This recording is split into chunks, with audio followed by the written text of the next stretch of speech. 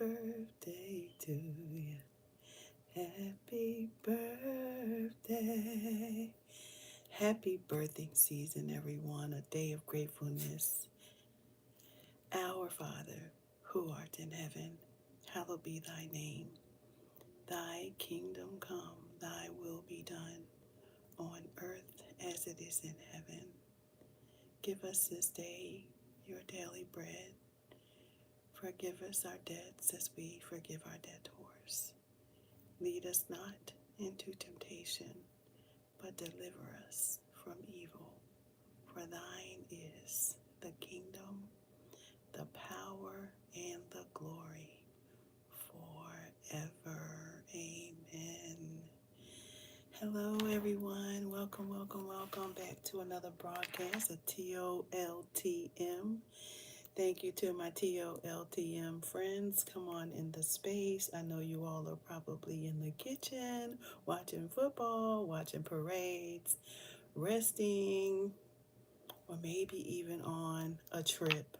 If that is the case, I want you to just tune in as we talk a little bit about some of the things that's going on the homestead. Hey, Invisivibes!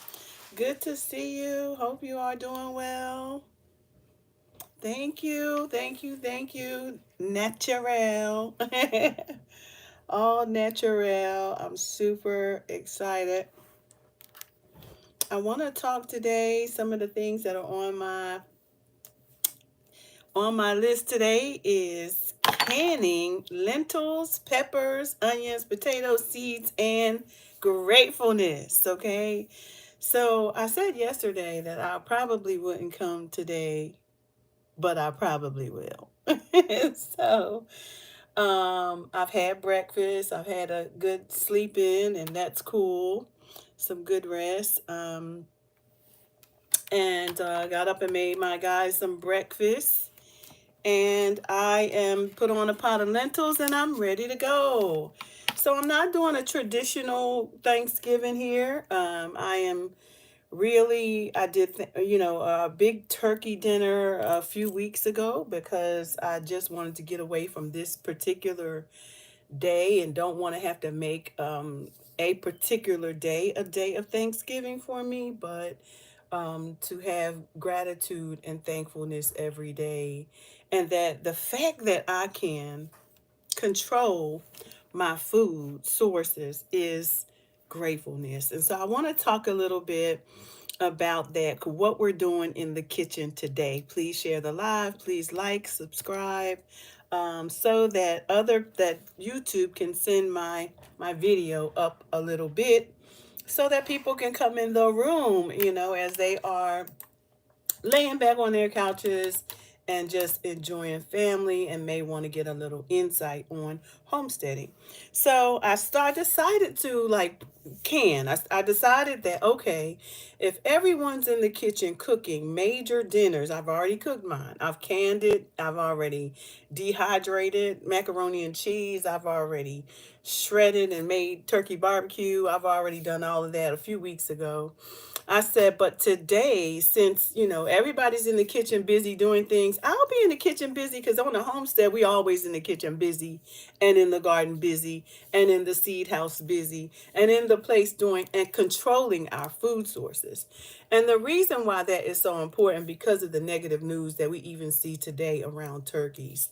So I want, it's now more than ever critically important for us to control where our food comes from. And we're going to be talking a little bit about that as we get into this video. So I had the opportunity canning. Canning is new for me. It's very new. I don't have all the answers, but I'm willing to share with you all, take you on the journey with me when I am out here trying to can and preserve food. So last night I made a pot of, oh my goodness, pinto beans. My mama used to love pinto beans, and she's not here with me anymore. God rest her soul.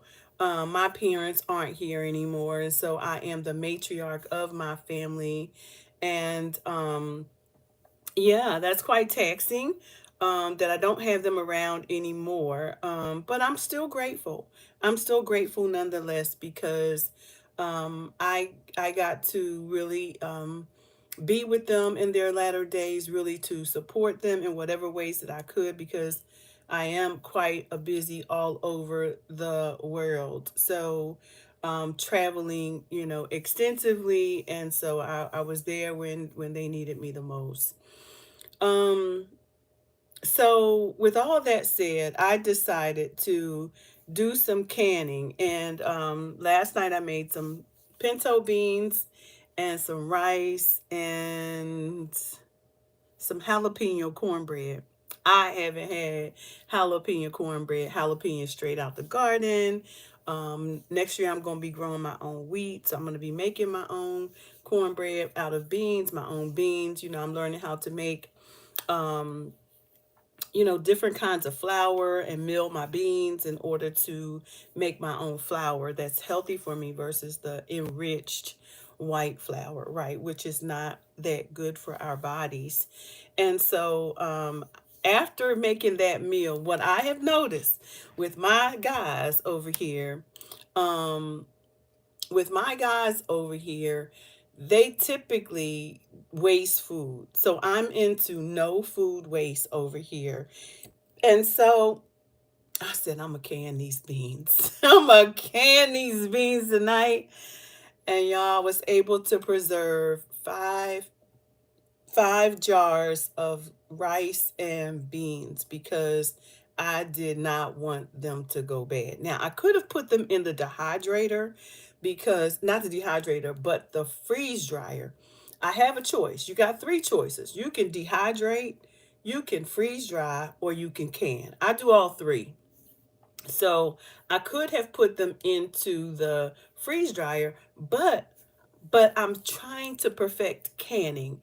So here's what, as I work to perfect canning, I'm going to try to can a little bit more until I can get used to it, understand the the the the the timing, and the types of food, how what times are relevant for certain ones. And I don't have, like, I have a small canner, but I like to water bathe.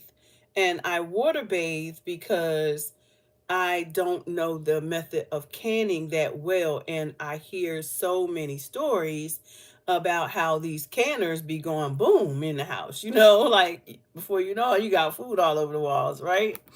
So because I have not perfected that, I I'm not doing it, right? So that, not with the pressure, not the pressure canner. I'm water bathing. And I would get into the pressure canning, gradually, as when I can get into more classes, on hands with people who can help me set things, different types, because there are classes that you can take with your ag center. Remember, I told y'all yesterday, get into your ag center, your FSA, your food service, farm service agency, to make sure that you have access to all the resources that you need. So I canned those. Now today I started out my breakfast, and now I have some lentils that are on as well. I love lentils and potatoes. So I cut 20 pounds of potatoes yesterday as well, because I'm going to do some prepping, some food prepping. Like, um, potatoes is a staple food. So that's something that I want to have on my shelf, just to be able to pull off my shelf, mix up some potato salad, and ooh, we good. Know where the potatoes come from.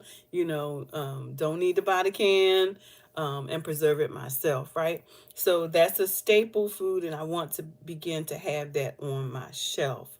I'm cleaning up some peppers right now, the green peppers, because one of my goals today is also to get peppers, green peppers, and onions into my dehydrator, because I want to have access to those things, they go bad in my house really quickly. And so since I learned that, because there are days when I cook, there might be a week when I don't cook, or because it depending on my schedule, there may be times when I don't have the time. So but if I dehydrate these things, then I have access. Or if I freeze dry them, then that the freeze dry is going to keep them at their most normal state. As soon as you add water to it, it's going to come back to life, right? Or you drop it into some water, it's going to come back to life. So I'm probably going to freeze dry them. I'm going to freeze dry a tray of green peppers, trays of green peppers, and I'm going to freeze dry some trays of onions, and I'm going to bag them up so that I have them for just pop right out the bag. Don't have to worry about them going bad in the bottom of my refrigerator, because why do I leave them in there? I don't know why. I just go to the store and buy them, but I'm growing them now. So why would I want my food to? But before that, my green peppers would always go bad, or I would have the smell of something and the onions that went bad, or I had the smell of something and the potatoes that went bad. So I am not into waste. I'm trying to eliminate food waste as well, especially as I continue to grow food. I want to make sure that I am not wasting the food. So those are some ways that you can preserve your food. Those of you who are out there and you are cooking Thanksgiving dinner today, and you're going to have a lot of leftovers, right? Maybe so, maybe not. The benefit of having a freeze dryer or a dehydrator or canning methods, or knowing these methods, is so that your food does not go to waste. Because y'all know after a couple days they not going to eat that food. They're going to tell you they tired of that food. Well, what you going to do with the food? Also, you can get down to the nitty gritty, and every ounce of your food can be preserved, including your turkey backs, your bones from your beef, your bones from your ham, your bones from your turkey. All of that you can turn it into broth. And that is a staple that needs to be on your shelf, because those things are you can bring and use to season foods that you are about to prepare. Like I did last night. I had some beef bone broth, and so I saved it, and I was able to put that into my pintos. No need for all kinds of seasonings. It's already seasoned. Put it in there. All they needed was a little bit of salt, because I do not put a lot of salt in my food. But other than that, the seasoning was good, the flavor was good, and all things were good. So you want to begin to learn some new methods of preserving the food so that you don't waste it. And for those of you out there, if you would take your turkey, all the remains, and put it in a pot, put it on simmer, let it cook for 24 hours, you are going to have an amazing broth. So this is for all of you out there who are cooking today and big meals, and want to preserve. That is a way to do it. You can make you some broth.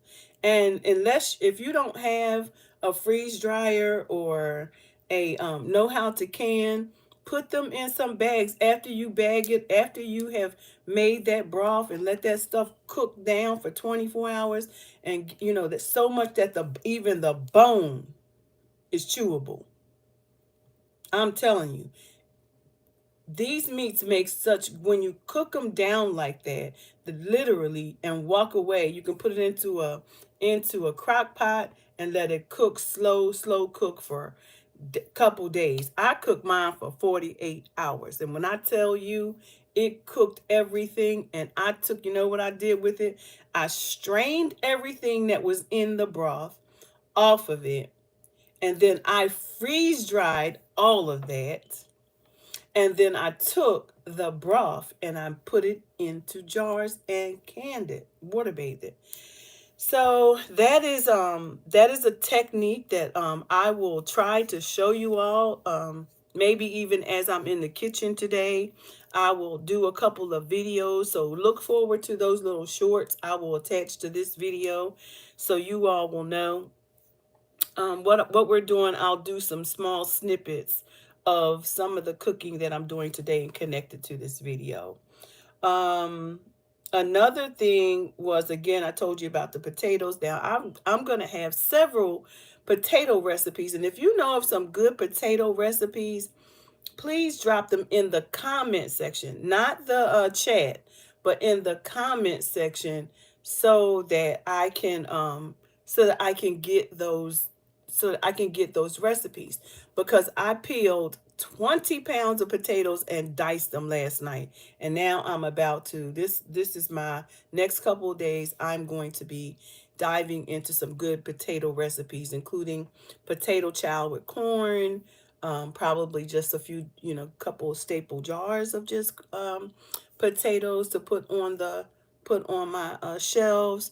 But I know there are a host, like I want some New England clam chowder, so I'm probably gonna go get me some clams to make up some clam chowder as well, because I really like that. Put that on the shelf as well.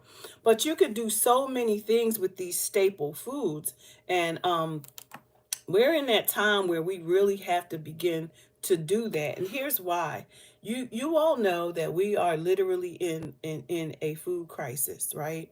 When you look at where food comes from, some of it comes from overseas, some of it comes from these cities where weather conditions are, you know, un unpredictable, right? Unpredictable. And which means that farming is changing, and it's changing in a major way. It's impacting the foods. There's shortages of staples because of these weather conditions. Their staples are rice, potatoes, corn, all those staple foods. And so what, and because these foods grow, and if the weather changes suddenly, then that means the crop, you only get, you have to quickly sell what you have in order to have drying methods. For example, for rice, you have to, usually it grows in a wet season and you harvest it in a dry season. But what's happening is it's staying wetter longer. It's staying wetter longer, and you have to get methods of drying it out. You have foods that are being impacted by the drought with no water, and so the foods that we have been used to or accustomed to are becoming, are we're struggling. Farmers are struggling with those foods, which is why it's important for us to learn how to grow food where we are, in our neck of the woods, in our homestead space, in our bags.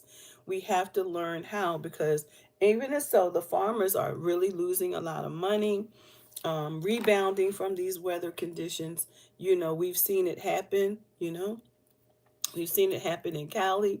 We've seen it happen in other countries. We've seen it where rice comes from. We've seen it everywhere, right? Heavy rain and droughts. Those are conditions that are affecting the food. And I know that many of you went into supermarkets to prepare for your Thanksgiving dinner, and those prices were sky high. They were higher than you've ever seen them before in your absolute life. And I know if I say that, I'm saying that, but, and I didn't shop for Thanksgiving dinner. I went in there specifically for some potatoes, green peppers, celery, all the things that I'm going, you know, chop, chop, chop, and freeze dry. So the thing about is, when seasons are not normal, it impacts the food system. When the season, let me say it again. When the seasons are not normal, it impacts the food systems, which means that it and who and later it will later affect who? Humanity. The abnormal seasons also affect the seeds, which means that that is the ultimate problem. The ultimate problem is the seeds. If the seasons are changing, we can't get to bolt. Most things bolt. When they bolt, that's where your seeds are, right? Or your flowers. You'll see these little things that after they grow and they'll get flowers on them. But those are your seeds. Like I was sharing with you the other day, the zinnia seeds. But it's only after they bolt will you get the seeds, right? So if you never get to the seed though, because of the weather conditions, what's happening? It means that we are going to be in a crisis for food because we won't have the seeds to grow. That's another thing I did yesterday. I went for seeds. I went to my local seed house and I got all kinds of lettuce, all kinds of things that I like, arugula.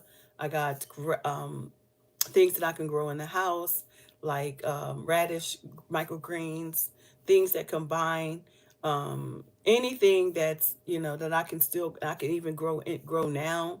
I got more. I got a lot of seeds. My goal is to stack up on them seeds, right? Put them in jars so I can have my seeds, so that if you're not investing in seeds right now, then there's going to be a real problem in having seeds in the days to come. So you want to make sure that you are tapping into the seed source, because the weather conditions can change at any time and as often as it wants to.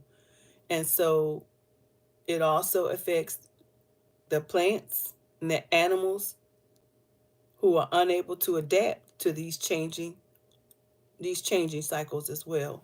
So what must we do? Flexibility. As a people, we must become more flexible in what we consume, because we are going to face a food crisis and we are in the middle of a food crisis. So, what we have to do is become more resilient and able to diversify the foods that we eat. Like in my culture, we've been we've had this cultural norm of the types of foods that we eat. Some of us, you absolutely can, but you should be flexible because you may not have that food. That food may not be around for you to eat. So the point of this conversation is that you begin to be flexible in. Some people don't like vegetables. You might want to try learning how. Some people don't like fruit. You might want to try learning how to make your palate make it more palatable for you, because there are going to be a lot of changes. And we already see that. So the point of this live is to really take a dive into the concerns, the successes, the gaps, and any recommendations that I can offer you. So that you can be able to survive. Because the goal at the end of the day is to be able to survive when there is a crisis, okay? And if there was nothing else we can learn from the disasters that we have witnessed over national news, over the nation. We have witnessed people in dire straight conditions.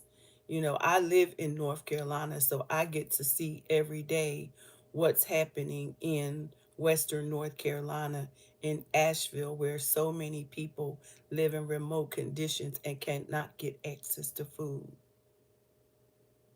So this is about humanity. This is about how do we prepare if you were ever trapped in a remote place and could not access food?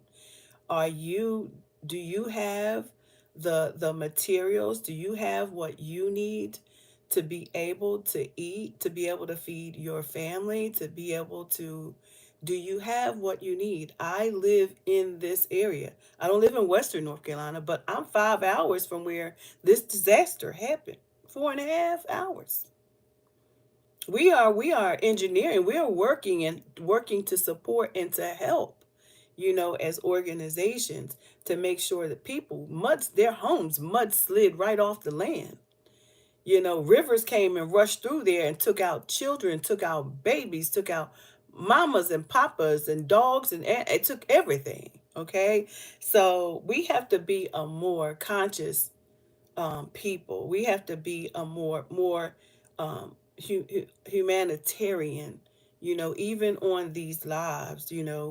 Be careful what you say, because you don't ever want to be, this could be you one day.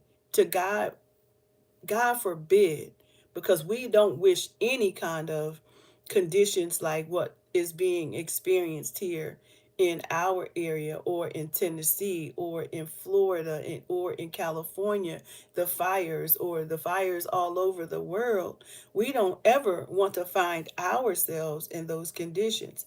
Now, I'm going to ask you again, if you ever found yourself in that condition, are you able to survive? I just seen helicopters on the national news dropping turkeys.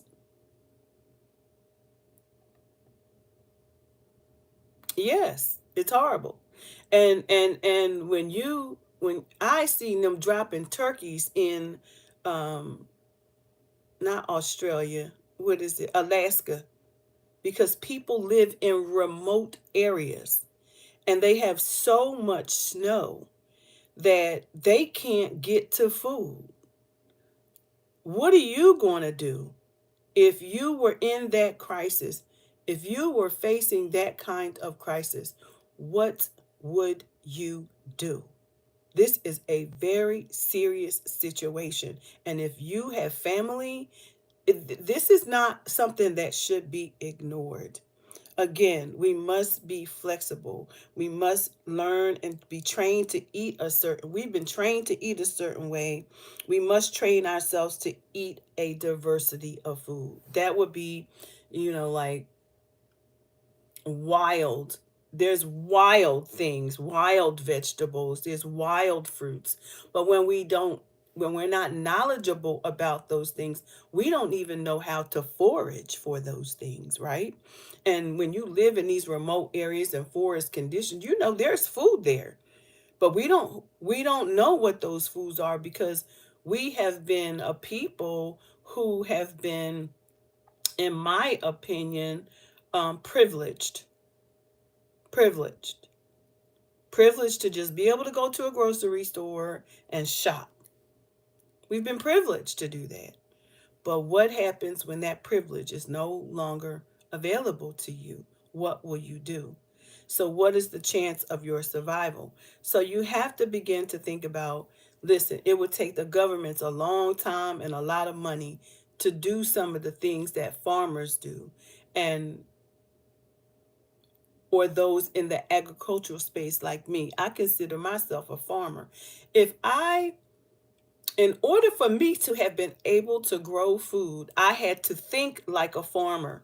I had to become a farmer. I had to stand steadfast in farming in order to grow food, right? So it's about being so you can do and you can have. Like, in order to be, you have to be the farmer. If you have a certain goal, you got to be. You got to be so you can have. You got to be so you can do and have the thing that you're trying, the goal, right? So it's a mindset. It's a mindset that you must have to be able to win in a crisis, all right? So how do we survive? Everyone can do something. Everyone can do something. If you have property, say you have a small backyard, you can do no dig beds, which you just take and put down some newspaper, stop growing all this grass, and begin to think like a forest. Let everything fall on the ground. Let it all fall on the ground. Create a permaculture. Let the bees come. Create a place where the birds can come, a place where the bees can come, a place where things can live, like natural habitat. Why do we have these perfectly beautiful green lawns when we have all this soil that we can grow in? That's been my thing all along. Grow food, not grass, okay? So everyone can be a part of this. Even if you don't have the ability to grow and you don't desire to grow, you can help us to create a market. We can create our own food markets. We can create our own farmers markets, right? Um, You might grow a specific type of crop. Another person might grow another type of crop. Another person might go another.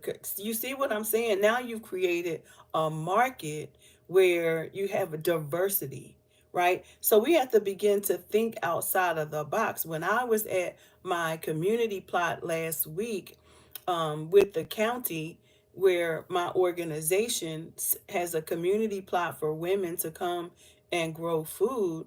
um, One of the person who oversees that, the one thing they asked me for was, could they get some of my seeds from my roselle, because they love that plant and they want to be able to grow it.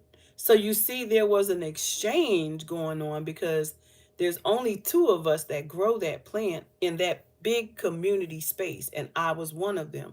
And so if that is the case, you see how now you become a community. You have an offering. I said, of course you can have some. You know that every part of, and I began to teach about the plant.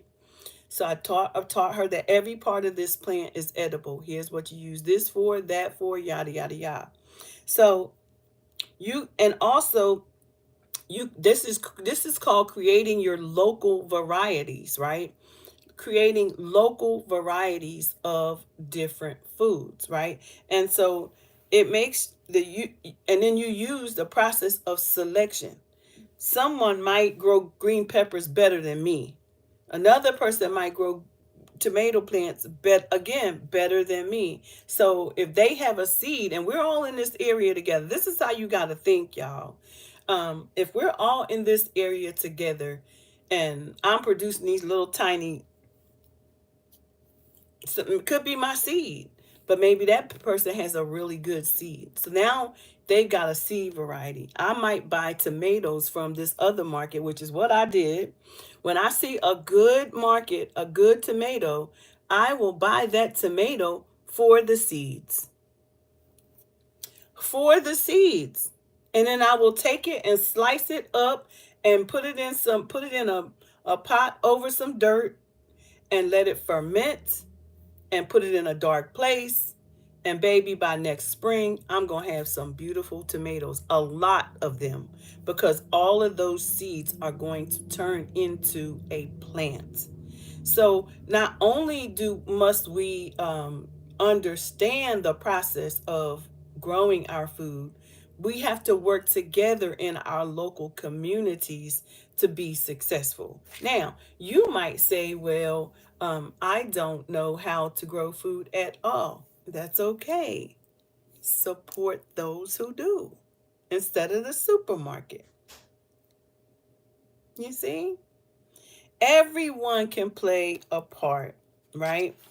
Everyone can play a part. And our goal should be more knowledge, more seed, more knowledge, more power. We do not need to give the power of our existence over to the few who own and rule government and money. Okay? We must have more seed, more knowledge, and more power, right? And not give over our ability to survive to the powers that be. All right. So, really, that's all I have today. I hope that this information was helpful to you. I never want to have a live where you cannot take away some information that is helpful to you.